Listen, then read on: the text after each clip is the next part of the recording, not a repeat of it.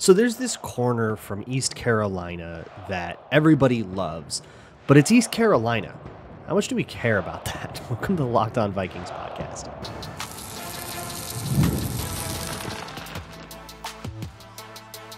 You are Locked On Vikings, your daily Minnesota Vikings podcast, part of the Locked On Podcast Network, your team every day. Hello, everybody, and welcome to the Locked On Vikings podcast, where we're always trying to learn something new. It's part of the Locked On Podcast Network, your team every day. So thank you so much for getting Locked On Vikings, your first listen of the day every single day. Today's episode is brought to you by Gametime. Download the Gametime app, create an account, and use code LOCKEDONNFL for $20 off of your first purchase. Today on the show, we're going to talk about Shavon Revel, the corner out of East Carolina. He's close to like 6'2", this like kind of lankier corner, but he played in the American Athletic Conference. He played in Group of Five. Oh my God, how much do we care about this? And I think he's a great example of the kind of pitfall that we can fall into if we're trying to do draft analysis by letting the context become the evaluation. The context for the evaluation is stuff like he's coming off an ACL injury that he suffered in the middle of the season. Now, by all accounts, by all reports, that recovery is going well. There is very little worry that he wouldn't be ready for training camp, and if he is, he would only miss a little of it. So we're okay there, but it's context, right? That's going to maybe sink his value a little bit because there's just that extra little bit of risk of what if the knee isn't going to really be better.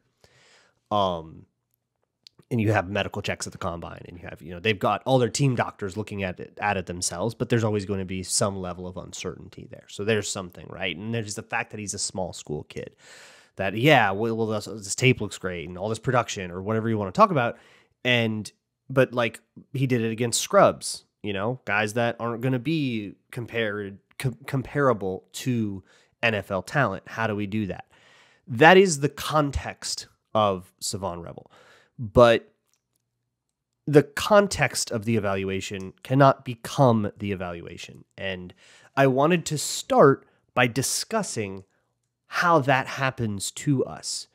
How often you hear the top thing about a player be some factoid about them that changes your evaluation of that guy, or maybe adjusts whatever evaluation you put on that guy, but can't on its own be one. And I think that that's a really easy way to go be wrong. Here's a great example. Justin Jefferson. He's a decent player. I think he's all right. We can all agree on that. He's at least okay. When he was coming out, you may remember a lot of the hoopla around him was that he was slot only. That the fact that his production came exclusively in the slot was a concern. And it turned out to not really be an issue at all. But that's neither here nor there because it could have been an issue and we didn't really have a way to know back then if it was going to be an issue or not in the NFL. We are lucky that it wasn't, but we couldn't have known that ahead of time, right? So we have to then find a way to incorporate that information into whatever other evaluation that we did. So this is a pitfall that I fell into way back then because I wasn't really nearly as equipped to like watch tape as I would hope by 5 years later I feel a little bit better about my ability to watch a prospect and get an opinion on him. So for me back then, 2019, 2020, I was very much allowing the context of the guy to become the evaluation of the guy. I would say things like, you don't necessarily want to take a tight end that's 24 years old in the top 100 picks. And while that's a reasonable principle, that is not an evaluation of a player. It's just a rule of thumb. For Justin Jefferson, if your evaluation of him was that he's only a slot, that would be fairly incomplete. If your evaluation of him was, okay, here's all this tape and it looks really good, but I'm going to count it a little bit less than I otherwise would have. I'm going to, instead of giving him an 86 out of 100, I'm going to give him an 84 out of 100 because I just don't like that it all came in the slot. I'm going to adjust it a little bit. you would have been in, you would have had a much better chance to actually nail that if you watched his tape and went, wow, this dude's absolutely like killing Texas. This dude would get a 98 out of 100 if you're going to be the draft grade kind of guy. 98 out of 100, but it all came in the slot, so I'll do just like a 96 out of 100. You would have been a lot more right than people who went, when do you take a slot receiver in the draft? That part of the conversation will lead you astray because being slot only was context. It wasn't an evaluation. And so I think the same way about a guy like Shavon Revel, who, let me get right out ahead of this. I freaking love this dude. All right. I just watched him down for the first time. I'm going to put together a Patreon but I wanted to dedicate a whole show to him because I really, really liked what I saw. But what I saw, for the most part, had to be contextualized with, okay, but that's Old Dominion on the other side, right? That's Appalachian State. Those are not the schools that are going to be rife with NFL talent. I actually took the time to watch a game from the year prior against Michigan and our baby boy favorite, J.J. McCarthy, just so that I could see some guys that would end up on NFL teams, right? Roman Wilson, Cornelius Johnson, those guys that end up on it, just so I could see like something resembling NFL talent, even if it's not the best NFL talent. At least it's something that you would expect to like see, so you can compare him to like other draft prospects, right? And honestly, watching that Michigan game, I liked what I saw even more. And that was a game that was not good for the East Carolina secondary. You may remember a lot of people posting a ton of highlights from that game and then going, oh, but it's East Carolina, so don't, when we were talking about J.J. McCarthy, most of that happened on the other side of the field. So with Revel, I want to deep dive him a little bit today. I want to talk about the way that he sets up and the game of chicken that corner tends to be.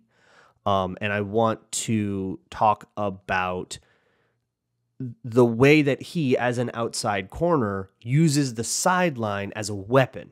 And who it reminds me of is going to make you very excited. But I'm not doing like a draft comp. It's just one thing, one trait that he shares with another guy, but I'm going to tease it anyways because, hey, I'm a media professional, okay? I'm allowed a little bit of clickbait as a treat.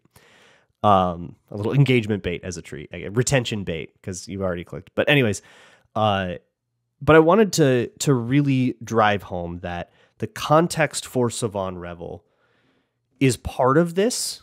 It matters. It's not nothing. I'm not asking anyone to ignore it, but it can't be your sole evaluation. You can't say, well, I'm never going to take a small school player in the first round because what if he's really good? What if there's a really good small school player in the first round? And what if you can tell that he would be good even against stronger competition, even though you didn't get to see him at any of the Senior Bowls or any of that in combines or any of that stuff because he was hurt, but you can tell. Then what do you do? And for me, I feel comfortable enough to go out on that limb and, hey, if I'm wrong, I'm wrong. Like, whatever. What are you going to do? Cancel me? Like, it's fine. And kind of, make that determination that I say, yeah, I know this is against Old Dominion, but I still think it shows things that will translate well to the NFL. And you can put that away. But on the topic of the small school thing, so there are assumptions baked into that idea. Hey, I don't want a small school player. I'm worried about a small school player. When you really unravel that, you are making some assumptions about why he's in a small school, right? You think that he's in a small school because he didn't get recruited very highly.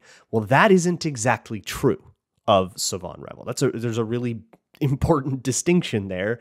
He actually had a lot of interest from all the big schools all over the South, but he had bad grades. So he had to go to JUCO. And when he went to JUCO, that was in 2020. So he didn't get to play his freshman year at JUCO. They didn't have a season that year.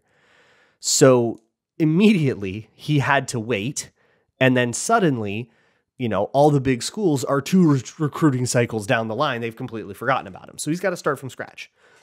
And from that place of low to no visibility, which again, he was in through no fault of his football playing abilities, he had to get he had to find his way to get in front of somebody in Division I football. And he got to East Carolina through the right, I'll get into more details if they draft him and we do the Everyman series, but he got in front of the right people for like a camp at East Carolina, which crucially was very close to home and his family. And that really, really mattered to him because he and his family have been through a lot together, loss, tragedy, grief, highs, lows, and he wanted to stay with them.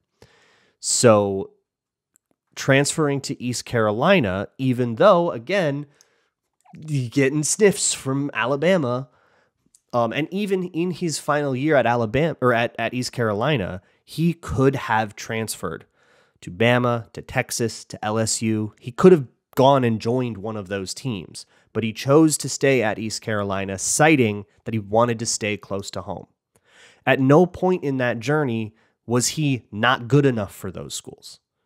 It was either grades or his own personal choice that put him on this small school. The other major caveat is, okay, so maybe this is, an Alabama tier corner playing at East Carolina, and that's what it looks like to me on tape, is a guy that just clearly doesn't belong in this tier of athlete. But if he's dunking on a whole bunch of group of 5 randos, should we really be impressed with that? And I'm going to argue, yes, I get it. Yes, maybe be impressed a little less than you would have if it was at LSU. But still, I guess that's where I'm at on him. So let's get into some of the nitty gritty. That'll be next on Locked On Vikings.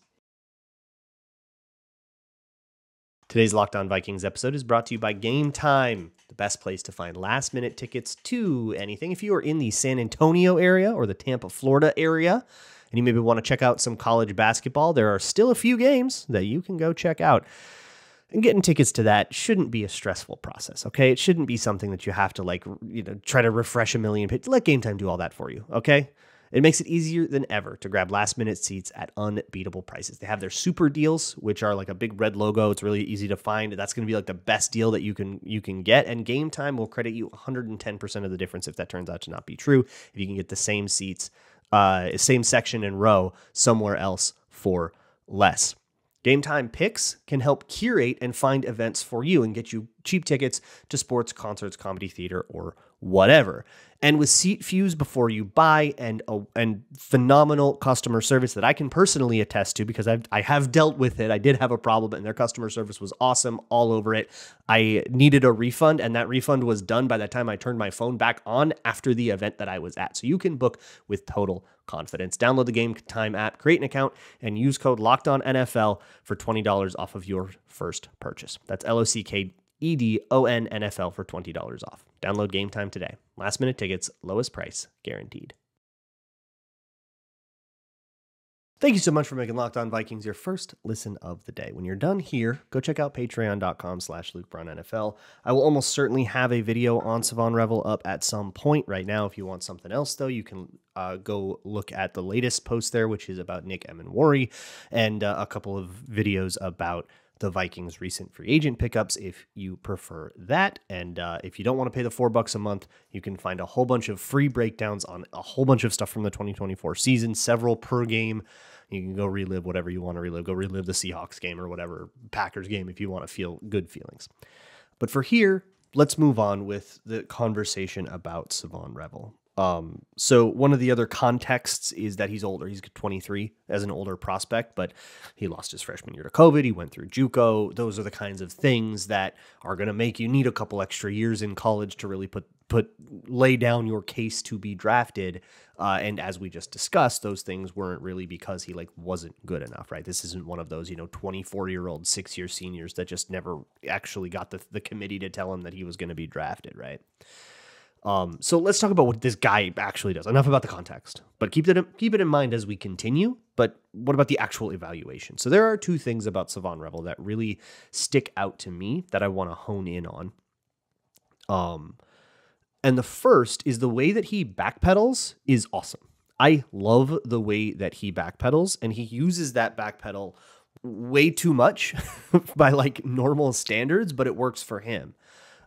So when you backpedal, when you first teach a child, in youth football to backpedal, you're going to want them to kind of sit down on their heels. If you want to really have a nice clean back pedal, you want to really kind of bend down into it, and almost like a speed skater that gets really, really low to get a lot faster. It's kind of the same like weight distribution thing, but just backwards. And you almost want to kind of lean back and almost fall back over. You want to know the most natural backpedaler is a toddler that doesn't really know how to walk yet because their head's too big for their body, and they kind of fall over and they like kind of, like those little stutter steps to keep themselves balanced. You're basically doing that, but on purpose. So we've all been backpedaling since we were, 18 months old. It's fine. But for Revel, he doesn't do it the same way. And I think it works really great for him. And I think it's because of a particular athleticism that he has, one that I can't explain to you biomechanically, but he's just athletically really good at backpedaling fast. He gets a ton of space really, really, really quick. And that's something that you don't care about the strength of competition for. Right? A good backpedal is a good backpedal. He clears 10 yards really fast, and he can just get a lot of space really, really fast. And because it's so natural, he doesn't have to really bend down as much into it, so he's not quite as coiled up. Which means that when it's time to stick a foot in the ground and actually trigger downhill, he doesn't have to do as dramatic of a motion, and he can actually get through that transition a lot faster. When you talk about corner, you're going to hear the word transition a lot. And usually it means the transition from backpedal to like bailing and turning and running. And how smooth are you with your hips about that? You want a bad example would be Keely Ringo was terrible about that, and he would get burned a bunch. And that sort of thing got a Georgia corner, starting Georgia corner, drafted only in the 4th round, and the Eagles aren't very excited about him. But for Revel, he's phenomenal at those transitions, by the way, really, really fluid about you. If you ever hear like fluid hips about a corner in those like draft breakdowns, they're usually talking about that transition, and Revel's great at it. Again, another thing you don't really care about with the strength of competition, but what you do care about with the strength of competition is how threatened the corner feels. And this is the game of chicken. When do you stop backpedaling and turn and run? Because for a corner, what's their worst nightmare? Big, long touchdown, right?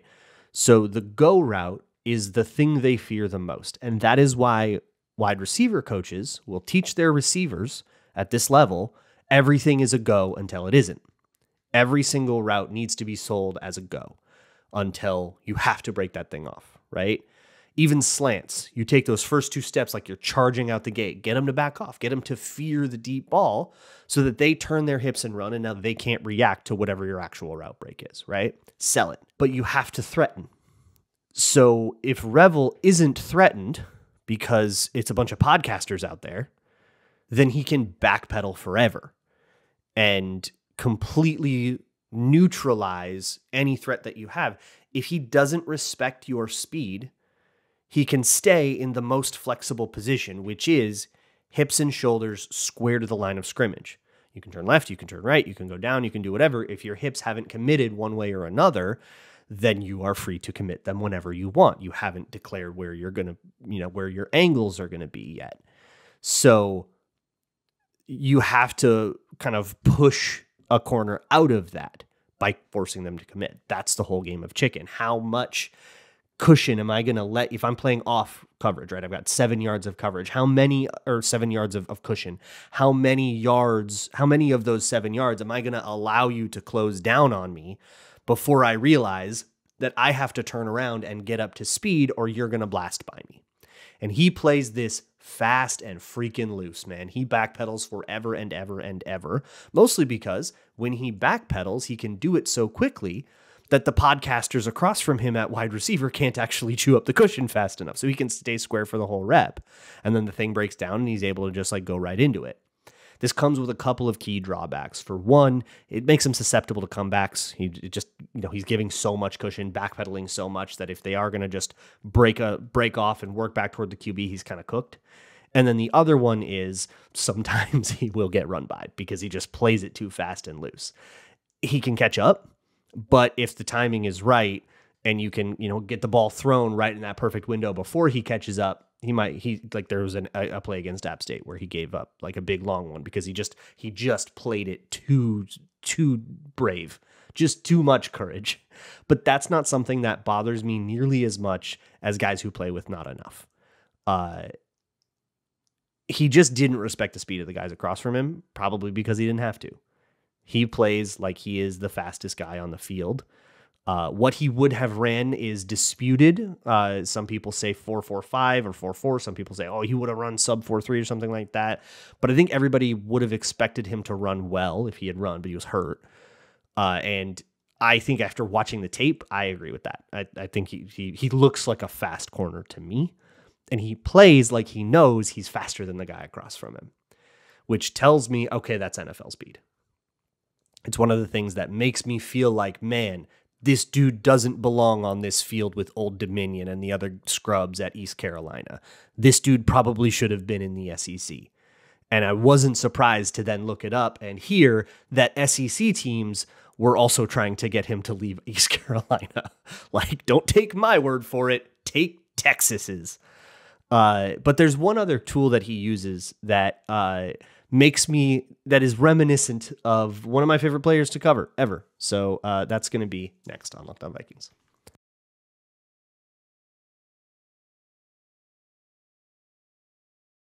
Moving right along on the Locked On Vikings podcast. When you're an outside corner, a true outside corner, you're always by the sideline. The sideline can be your biggest weapon. And it's very funny to watch Shavon Revel use this weapon against, Sunbelt podcasters and guys that just cannot hang with his physicality. He's a physical corner. I love the way he press jams. I like the contact that he uses and the way that he can kind of, redirect you off of a route. Look, a wide receiver's route has a desired path, the path that they will run when they rep this stuff on air. That's where they want to be. So if you're a corner and you can knock them off of that path, you can maybe screw up the timing, right? You might be able to win the thing before the ball even gets thrown because you made the route too slow because you had to widen out its path and now he has to run too long, it's too slow, and the quarterback's going to move on. Congratulations, you're not getting targeted. You earned it. The sideline is a hard barrier that you can kind of push a receiver up against and force them to do something that they don't want to do, to try to work back across you or something like that, slow down their momentum. If you can physically dominate that guy, if I, literally a podcaster, were to try to run a route on an NFL player, on an NFL corner, this is probably how they would approach that. They would just push me to the sideline, and now I can't do anything because of the rules, right? If you step on the sideline, the ref throws his hat, now you can't catch the ball. So against the Sunbelt guys, this happens a lot. There's like 4 reps where Shavon Revel just takes the guy, contact before 5 yards, totally legal, and just rides him out of the field of play. And now the guy can't catch it. And you can now go to sleep. You can take a nap for the rest of the play, and the guy can't do anything. He's not allowed to catch the ball. This is the kind of thing that you will not be able to do to NFL wide receivers. Okay, Jamar Chase is not letting you get away with that the way that the dude at Old Dominion is going to, or, Cornelius Johnson, 7th round pick from Michigan, even, who is at least an NFL player, but not like a good one. But you don't need to do that to them, right? When we talk about that small school context, and I guess let me just give you my spiel on this. When I watch a small school guy, somebody like, Darius Alexander at Toledo or somebody like Revel at East Carolina, I am looking for domination. I want to see you really just destroy the guy across from you. NDSU players, there's always an NDSU lineman or two in the draft.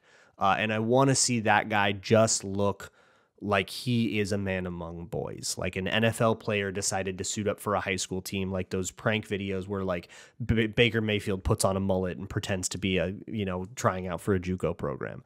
That's what you need to look like to me. And those reps where he takes a receiver who is trying to run a straight line and widens that line out so much that he leaves the whole field of play, that to me is domination. And then turn around, there's a rep against Old Dominion where he does that, and then he turns around and he just catches the ball. It's an interception. He rides him so well, runs the route for him, and makes the route horrible, then runs it for him, and then cuts underneath him when the ball is actually thrown and it picks it off. It's gorgeous. It's an unbelievable. I think it actually ended up getting overturned. I think he didn't quite haul it in, but it's still an amazing play.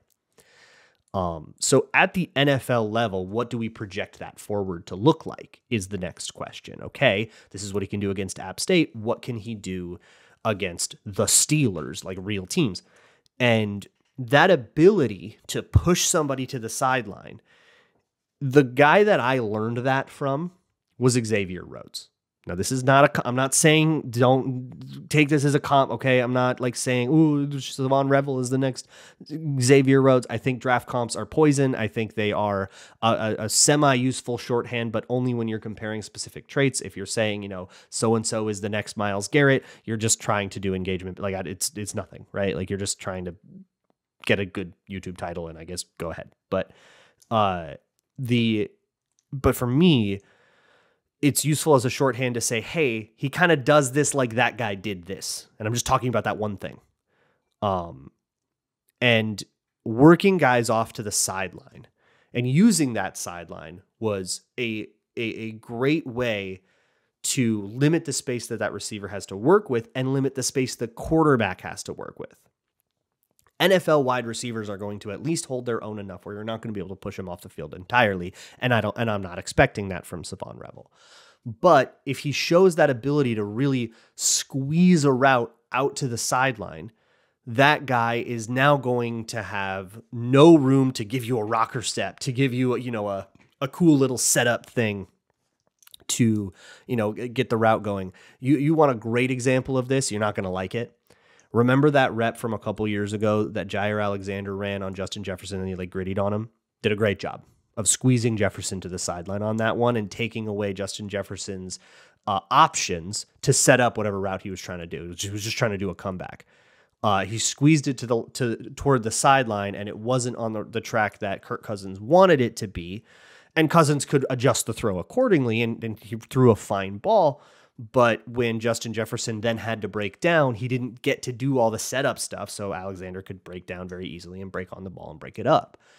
That's the kind of rep that I see Revel doing a lot at the next level. It's going to be a more subtle effect, but it still is going to help wide receivers be a little bit less deadly on those comebacks that he's a little susceptible to.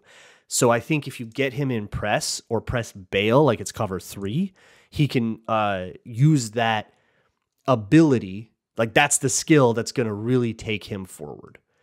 So I love him in cover 3. I love him in the idea in like a quarters in a mod situation where he just has to kind of play the game of chicken. How much am I backpedaling? Am I going to break on, digs and stuff like that? And I mean, every corner works in cover 2. Cover 2 is 7-11, etc. And I love him in man coverage. I think he is a very scheme independently good corner that has shown the skills that will translate to a higher level of competition, even if we didn't get to see proof of concept of them against a higher level of competition, except the one time we did and he did great. So at least there's that. And it was last year, but still. So a lot to be excited about for me with Shavon Revel. Is he a Viking himself? It's a more interesting question, but again, that talks more about the context. He's an exclusively outside corner. He's like a big physical outside corner that hasn't been exactly the archetype that Flores has gone for, but archetypes be damned. If you like the guy, you like the guy. But maybe they go for somebody else that's more versatile and can play inside outside flexibility, or maybe they go for other stuff, but all of those things are contexts. Inside outside flexible means nothing if you're Mike Hughes and you suck. If you are, and if you're good, but you're not inside outside flexible, it is not going to be an issue. We will figure that out. It's about what the player can do. It's about the skill set, not the context. The context is just there to help you color. It's the sizzle, and I'm into the steak. I'll talk to y'all tomorrow. It's for Friday tomorrow. We have a fun, maybe a spicy one cooked up because there's a couple of arguments that we're ready to have. So that should be fun. I will see you all for that. And as always, Skull.